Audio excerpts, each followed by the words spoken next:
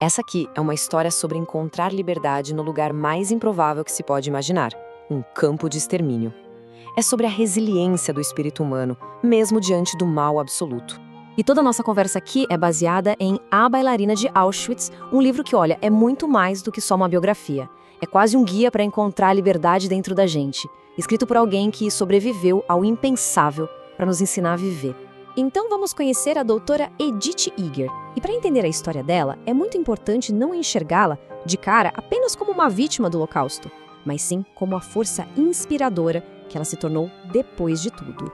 O psicólogo Philip Zimbardo, que escreveu o prefácio do livro, capturou a essência dela de um jeito perfeito. A jornada da Id não foi só sobre sobreviver, mas sobre transformar o próprio sofrimento numa ferramenta poderosa para curar os outros. E essa comparação com a Anne Frank, é muito forte.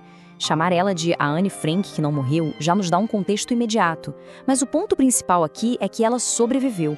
E com isso trouxe uma sabedoria que não tem preço para o mundo. E aí que fica a grande pergunta, Como é que a mente humana consegue não apenas aguentar, mas até florescer depois de um trauma tão profundo? A resposta está na história da Edith Eger. Para a gente poder entender de onde vem essa força toda, a gente precisa voltar no tempo. Voltar para o lugar e para o momento exato que mudou o destino dela para sempre. A realidade foi brutal e imediata. Aos 16 anos, a Edith perde a mãe no momento em que chega no campo de extermínio. Pensa só, a base do mundo dela simplesmente desmoronou num instante. E o horror não para por aí. Nesse mesmo dia, ela é confrontada pelo próprio arquiteto daquele sofrimento, o Dr. Joseph Mengele. E ele não queria informações, ele queria entretenimento.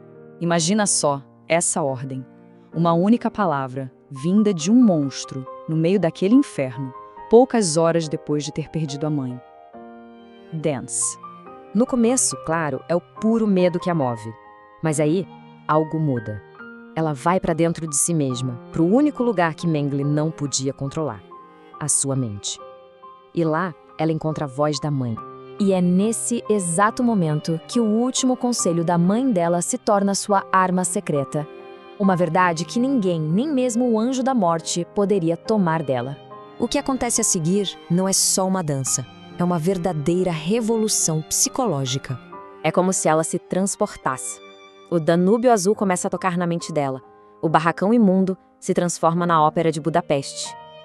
Ela não é mais uma prisioneira dançando para o seu captor. Ela é uma artista se apresentando, assumindo o controle total de sua realidade interna. E então vem a epifania, a virada de chave que muda tudo.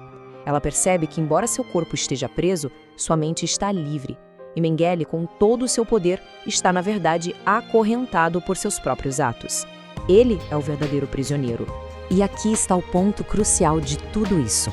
A liberdade não é a ausência de correntes. É a capacidade de escolher nossa resposta, nossa atitude, não importa o que esteja acontecendo do lado de fora. Essa é a liberdade que ninguém pode nos tirar.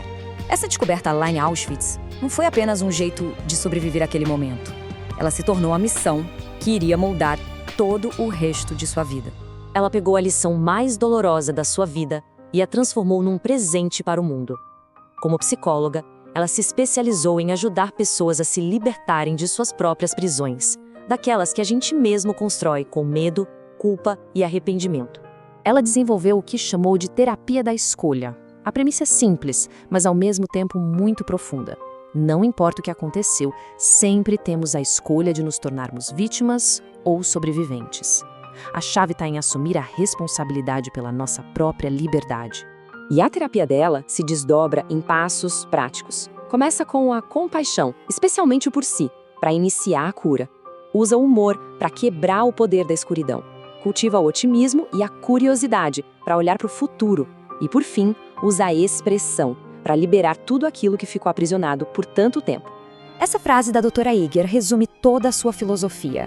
A ideia não é esquecer a dor, mas sim transformá-la. O trauma não precisa ser uma sentença de prisão perpétua, ele pode ser a fonte da nossa maior força e do nosso maior propósito. A história da doutora Eger nos mostra que a porta da prisão está muitas vezes dentro da nossa própria mente e que a chave está em nosso poder de escolha.